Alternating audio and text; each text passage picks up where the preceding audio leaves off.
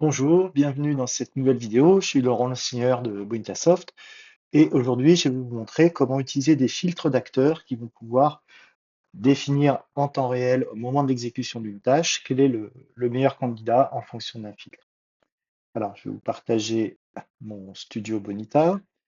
Sur ce studio, je vois que j'utilise un process simple et dans lequel je souhaiterais que cette tâche soit assignée à un membre d'un groupe défini dans mon organisation en fonction d'un critère de charge, c'est-à-dire la personne qui est la moins occupée en termes de volume de tâches.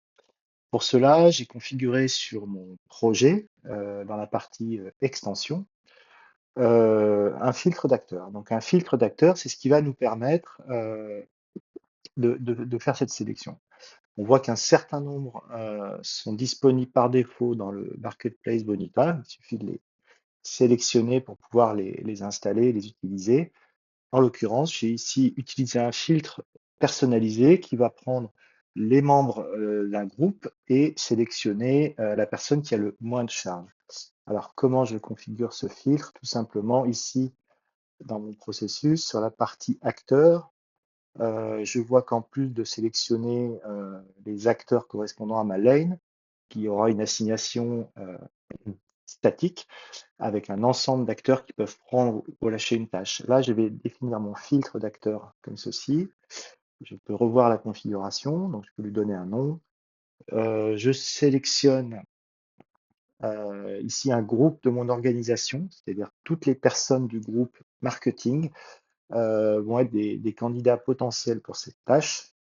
Et c'en est fini, mon process est configuré. Si maintenant je vais sur mon application Bonita, alors, je vois qu'ici, j'ai un processus candidat. Je vais juste rapidement, on va vérifier ici que nous avons deux personnes qui sont dans ce groupe marketing, à la fois Isabelle et Fabio.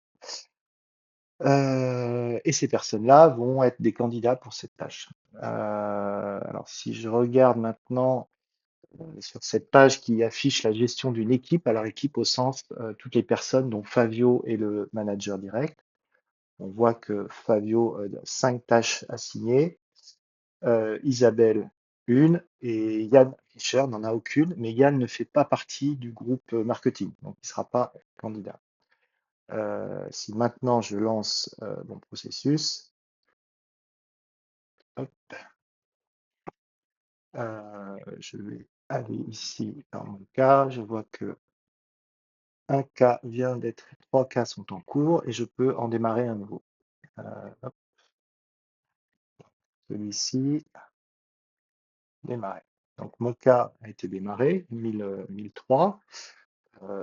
Et si je vais sur l'aperçu de ce cas, dans la page de synthèse, je vois que c'est bien Isabelle qui a été assignée. Pourquoi Isabelle? Tout simplement parce qu'elle avait une charge de travail inférieure. Si je reviens sur cette charge de l'équipe, on voit que Isabelle a bien 2 tâches et Fabio en a 5.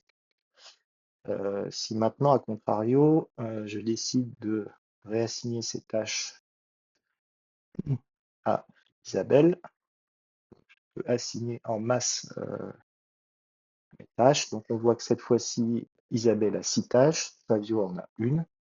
Donc si je retourne dans la partie processus, je démarre un nouveau processus. Hop. Donc le cas numéro 1004 a été démarré. Et si je reviens ici, je vois que cette fois-ci, c'est Fabio qui a été assigné sur cette tâche.